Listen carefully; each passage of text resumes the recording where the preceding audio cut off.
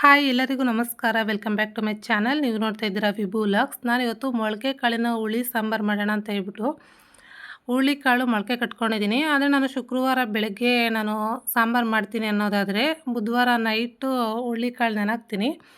ಗುರುವಾರ ಬೆಳಗ್ಗೆ ನೀರೆಲ್ಲ ಬಸಿದ್ಬಿಟ್ಟು ಹುರುಳಿ ಕಾಳನ್ನ ನಾನು ಒಂದು ಬಟ್ಟೆಗೆ ಹಾಕ್ಬಿಟ್ಟು ಟೈಟಾಗಿ ಕಟ್ಟಿರ್ತೀನಿ. ಶುಕ್ರವಾರ ಬೆಳಗ್ಗೆ ನೋಡಿದಾಗ ಈ ಥರ ಮೊಳಕೆ ಬಂದಿರ್ತವೆ. 2 ದಿನಕ್ಕೆ ಬರ್ತವೆ. 2 ದಿನವೂ ಬೇಕಿಲ್ಲ, 1.5 ದಿನ ಅನ್ಕೋಬೋದು. ಬುಧವಾರ ನೈಟ್ ನೆನೆಹಾಕಿ ಗುರುವಾರ ಬೆಳಗ್ಗೆ ಬಟ್ಟೆಗೆ ಹಾಕಿ ಕಟ್ಟಿಕ್ಕಿದ್ರೆ ಶುಕ್ರವಾರ ಬೆಳಗ್ಗೆ ಎಲ್ಲ ಬಂದಿರ್ತವೆ. ತುಂಬ ಚೆನ್ನಾಗಿ ಮೊಳಕೆ ಬಂದಿದ್ವು. ಈಗ ನಾನು ಒಂದು ಅರ್ಧ ಕುಕ್ಕರಷ್ಟು ಹಾಕ್ಕೊಳ್ತಾ ಇದ್ದೀನಿ. ಯಾಕಂದರೆ ನಮಗೆ ಒಂದು 4 ಜನ ಲೇಬರ್ಸ್ ಇದ್ದಾರೆ ಹೊಲದಲ್ಲಿ, ರಾಗಿ ಪೈರು ಹಾಕ್ತವ್ರೆ. ಹಾಗಾಗಿ ನಮ್ಮ ಮನೆಯವರು ತಿಂಡಿ ಬೇಡ, ಒಂದೇ ಸರಿ ಅಡುಗೆ ಮಾಡು, ನಮಗೆ ತಿಂಡಿ ತಿಂದರೆ ಹೊಲದಲ್ಲಿ ಕೆಲಸ ಮಾಡೋದಕ್ಕಾಗಲ್ಲ ಅಂತಂದರು. ಹಾಗಾಗಿ ಅಡುಗೆನೇ ಮಾಡೋಣ ಅಂತ ಹೇಳ್ಬಿಟ್ಟು ಒಂದು ಅರ್ಧ ಕುಕ್ಕರ್ ಕಾಳು ಹಾಕ್ಕೊಂಡು, ರುಚಿಗೆ ತಕ್ಕಷ್ಟು ಉಪ್ಪು ಮತ್ತು ಬೇಯೋದಕ್ಕೆ ಎಷ್ಟು ಬೇಕಷ್ಟು ನೀರು ಹಾಕ್ಕೊಂಡು ಗ್ಯಾಸ್ ಆನ್ ಮಾಡಿ ಕುಕ್ಕರ್ ಇಟ್ಟು ಕುಕ್ಕರ್ ಲಿಡ್ ಕ್ಲೋಸ್ ಮಾಡಿ ವಿಶಿಲ್ ಹಾಕ್ಕೊಂಡು 2 ವಿಶಿಲ್ ಹಾಕ್ಸ್ಕೊಳ್ತಾ ಇದ್ದೀನಿ. ಫಿಲ್ಟ್ರ್ ನೀರು ಹಾಕಿರೋದ್ರಿಂದ ಹಸಿ ಮೊಳಕೆ ಕಾಳಲ್ವಾ, ಬೇಗನೆ ಬೇಯ್ತವೆ. 2 ವಿಶಿಲ್ ಹಾಕ್ಸ್ಕೊಂಡೆ. ಇದು ಕುಕ್ಕರ್ ತೆಗೆಯೋಣ ಅಂತ ನೋಡಿದ್ರೆ ಯಾಕೋ ತೆಗಿಯೋಕ್ಕೆ ಬರ್ತಾಯಿರಲಿಲ್ಲ. ಪಟ್ಟಂತ 2 ಏಟು ಕೊಟ್ಟೆ, ಬಿಡ್ತು. ಇವಾಗ ಕುಕ್ಕರ್ ಕ್ಯಾಪ್ ತೆಗೆದು ಬೇರೆ ಪಾತ್ರೆಗೆ ಹಾಕ್ಕೊಳ್ತಾ ಇದ್ದೀನಿ. ಯಾಕಂದರೆ ಕುಕ್ಕರಲ್ಲಿ ಸಾಂಬಾರು ಕೂಡ್ಸೋದಕ್ಕಾಗಲ್ಲ, ಜಾಸ್ತಿ ಆಗುತ್ತೆ, ಚೆಲ್ಲುತ್ತೆ ಅಂತ ಹೇಳ್ಬಿಟ್ಟು ಕುದಿಸೋದಕ್ಕಾಗಲ್ಲ ಅಂತ ಬೇರೆ ಪಾತ್ರೆಗೆ ಹಾಕ್ಕೊಂಡು ಇವಾಗ ನಾನು ಸಾಂಬಾರಿಗೆ ಮಸಾಲೆ ರುಬ್ಕೊಳ್ಬೇಕು. ಹಾಗಾಗಿ ಒಂದು ಮಿಕ್ಸಿ ಜಾರ್ಗೆ ಖಾರದ ಪುಡಿ, ಮಸಾಲೆ ಪುಡಿ ಮತ್ತು ಈರುಳ್ಳಿ, ಬೆಳ್ಳುಳ್ಳಿ, ಬೇಯಿಸಿರೋವಂಥ ಸ್ವಲ್ಪ ಕಾಳು, 1 ಸ್ಪೂನ್ ಜೀರಿಗೆ, ಸ್ವಲ್ಪ ಹುಣಸೆಹಣ್ಣು ಮತ್ತು ಕೊತ್ತಂಬರಿ ಸೊಪ್ಪು, ಹಾಗೆಯೇ ಸ್ವಲ್ಪ ಕಾಯಿ ತುರಿ, ಒಂದು 2 ಸ್ಪೂನಷ್ಟು ಹುರಿಗಡಲೆ, ಇದಿಷ್ಟು ಹಾಕ್ಕೊಂಡು ರುಬ್ಬೋದಕ್ಕೆ ಎಷ್ಟು ಬೇಕಷ್ಟು ನೀರು ಹಾಕ್ಕೊಂಡು ಮಸಾಲೆ ರುಬ್ಕೊಂಡ್ರೆ ಆಯಿತು.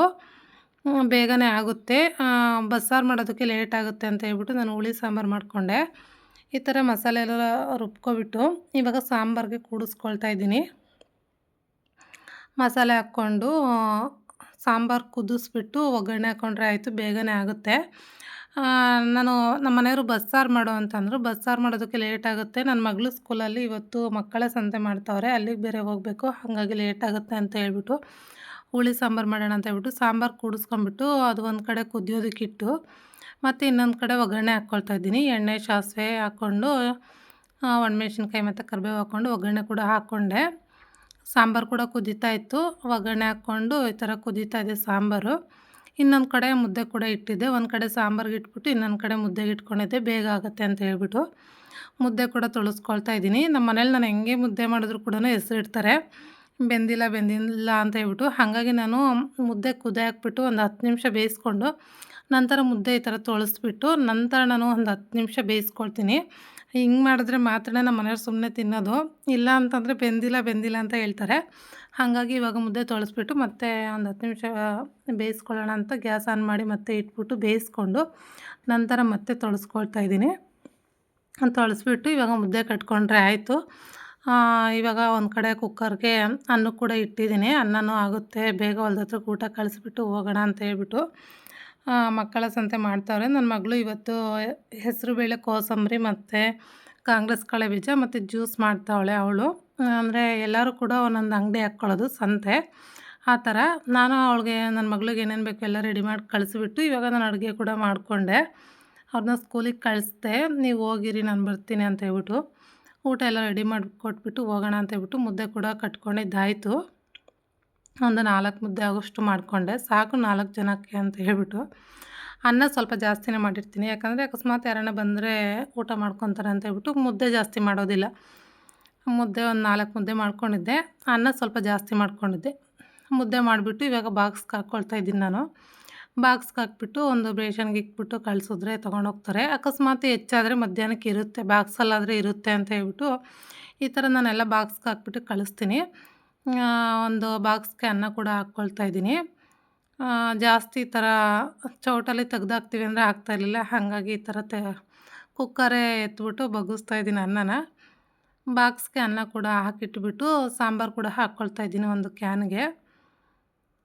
ಮಧ್ಯಾಹ್ನಕ್ಕೂ ಹಾಗಂಗೆ ಕಳಿಸು ಅಂತಂದರು ನಮ್ಮ ಮನೆಯವರು, ಹಾಗಾಗಿ ಸ್ವಲ್ಪ ಜಾಸ್ತಿನೇ ಕಳಿಸ್ತಾ ಇದ್ದೀನಿ ಅನ್ನ ಮತ್ತು ಸಾಂಬಾರು.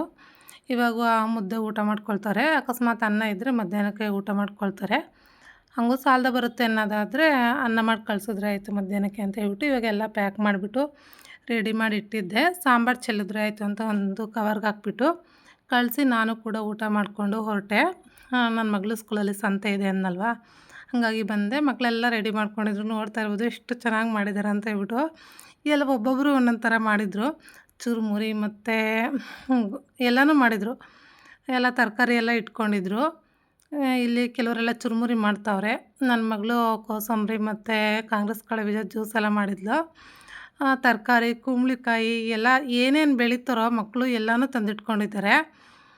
ನೋಡ್ತಾ ಇರ್ಬೋದು ಎಷ್ಟು ಚೆನ್ನಾಗಿ ಮಾಡಿದ್ದಾರೆ ಅಂತ ಹೇಳ್ಬಿಟ್ಟು. ಕೊತ್ತಂಬರಿ ಸೊಪ್ಪು, ದಂಟಿನ ಸೊಪ್ಪು, ನುಗ್ಗೆ ಸೊಪ್ಪು ಮತ್ತು ಎಲ್ಚಿಕಾಯಿ ಎಲ್ಲನೂ ತಂದಿಟ್ಕೊಂಡಿದ್ರು ಇಲ್ಲಿ. ಎಳನೀರು ಎಲ್ಲನೂ, ತೆಂಗಿನಕಾಯಿ. ನೋಡ್ತಾ ಇರ್ಬೋದು ಎಷ್ಟು ಚೆನ್ನಾಗಿ ಮಕ್ಳಿಗೆ ಅವರು ದುಡಿತಾರೆ ಅದರಲ್ಲಿ ಅನ್ನೋದಕ್ಕಿಂತ ಅವರು ಸ್ವಲ್ಪ ಅವರು ಚುರುಕಾಗಲಿ ಅಂತ ಹೇಳ್ಬಿಟ್ಟು ಸ್ವಲ್ಪ ಆ್ಯಕ್ಟಿವಿಟಿ ಬರಲಿ ಅಂತ ಹೇಳ್ಬಿಟ್ಟು ಇದೆಲ್ಲ ಮಾಡ್ತಾವ್ರೆ ಅಷ್ಟೇ. ತುಂಬ ಚೆನ್ನಾಗಿ ಮಾಡಿದರು. ಮಕ್ಕಳೆಲ್ಲ ನನಗೂ ಕೇಳ್ತಾಯಿದ್ರು, "ಆಂಟಿ ಬನ್ನಿ ಆಂಟಿ ತೊಗೊಳ್ಳಿ" ಅಂತ ಹೇಳ್ಬಿಟ್ಟು. "ಬರ್ತೀನಿರಮ್ಮ" ಅಂತ ಹೇಳಿದೆ. ಇನ್ನು ಕೆಲವರೆಲ್ಲ ಇಲ್ಲಿ ಆಟಗಳೆಲ್ಲ ಆಡಿಸ್ತಾಯಿದ್ರು. "ರಿಂಗಾಟ ಆಡಿ ಬನ್ನಿ ಆಂಟಿ, ಗೆದ್ದರೆ ನಿಮಗೆ ₹10 ನಿಮಗೆ ಕೊಡ್ತೀವಿ, ಸೋತರೆ ನಮಗೆ ಇಟ್ಕೊಳ್ತೀವಿ ನಾವೇನೆ" ಅಂತ ಹೇಳ್ಬಿಟ್ಟು. ನೋಡ್ತಾ ಇರ್ಬೋದು ರವೆ ಉಂಡೆ ಎಲ್ಲ ಇಟ್ಕೊಂಡಿದ್ದಾರೆ ಮಕ್ಕಳು. ಕರೀತಾಯಿದ್ರು, ಬನ್ನಿ ಆಂಟಿ" ಅಂತ ಹೇಳ್ಬಿಟ್ಟು ಬರ್ತೀನಿ ಅಂದೆ. ನಂತರ ಇಲ್ಲಿ ಕಬ್ಬು, ವೀಳ್ಯದೆಲೆ, ಕೊತ್ತಂಬರಿ ಸೊಪ್ಪು ಎಲ್ಲನೂ ಇಟ್ಕೊಂಡಿದ್ದಾರೆ. ನೋಡ್ತಾ ಇರ್ಬೋದು ಎಷ್ಟು ಚೆನ್ನಾಗಿ ಮಾಡಿದ್ದಾರೆ ಅಲ್ವಾ? ವಿಡಿಯೋ ಇಷ್ಟ ಆದರೆ ಒಂದೇ ಒಂದು ಲೈಕ್ ಮಾಡಿ, ಶೇರ್ ಮಾಡಿ, ನನ್ನ ಚಾನಲ್ಗೆ ಸಬ್ಸ್ಕ್ರೈಬ್ ಮಾಡ್ಕೊಳ್ಳಿ. ಇಲ್ಲಿ ಚಕ್ಲಿ ಎಲ್ಲ ಇಟ್ಕೊಂಡಿದ್ದಾರೆ. ಒಂದಷ್ಟು ಎಲ್ಚಿಕಾಯಿ, ಕಬ್ಬು ಮತ್ತು ಕೊತ್ತಂಬರಿ ಸೊಪ್ಪು, ನುಗ್ಗೆ ಸೊಪ್ಪು, ಕುಂಬಳಕಾಯಿ, ಎಳ್ಳಿಕಾಯಿ, ಈರುಳ್ಳಿ ಏನೇನು ಬೇಕು ಎಲ್ಲನೂ ಸಿಗುತ್ತೆ ಇಲ್ಲಿ. ತುಂಬ ಚೆನ್ನಾಗಿ ಮಾಡಿದರು. ತೆಂಗಿನಕಾಯಿ, ಅವರೆಕಾಯಿ ಏನೇನು ಬೇಕು ಎಲ್ಲನೂ ಸಿಗುತ್ತೆ. ನಾನು ಕೂಡ ಇಲ್ಲಿ ನನಗೆ ಏನೇನು ಬೇಕೋ ಎಲ್ಲ ತೊಗೊಂಡೆ. ಸ್ವಲ್ಪ ಹಸಿಮೆಣ್ಸಿನ್ಕಾಯಿ, ಎಲ್ಚಿಕಾಯಿ, ಕಬ್ಬು ಅದು ತೊಗೊಂಡೆ ನಾನು ಕೂಡ, ನನಗೆ ಬೇಕಿರೋ ಅಂಥದ್ದು.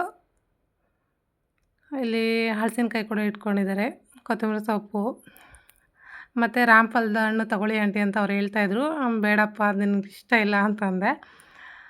ತುಂಬ ಚೆನ್ನಾಗಿ ಮಾಡಿದರು. ಇಲ್ಲಿ ನನ್ನ ಮಗಳು ಕೂಡ ಇಟ್ಕೊಂಡಿದ್ಲು ಇಲ್ಲಿ, ಅವಳದು ಚಾಟ್ ಸೆಂಟರು.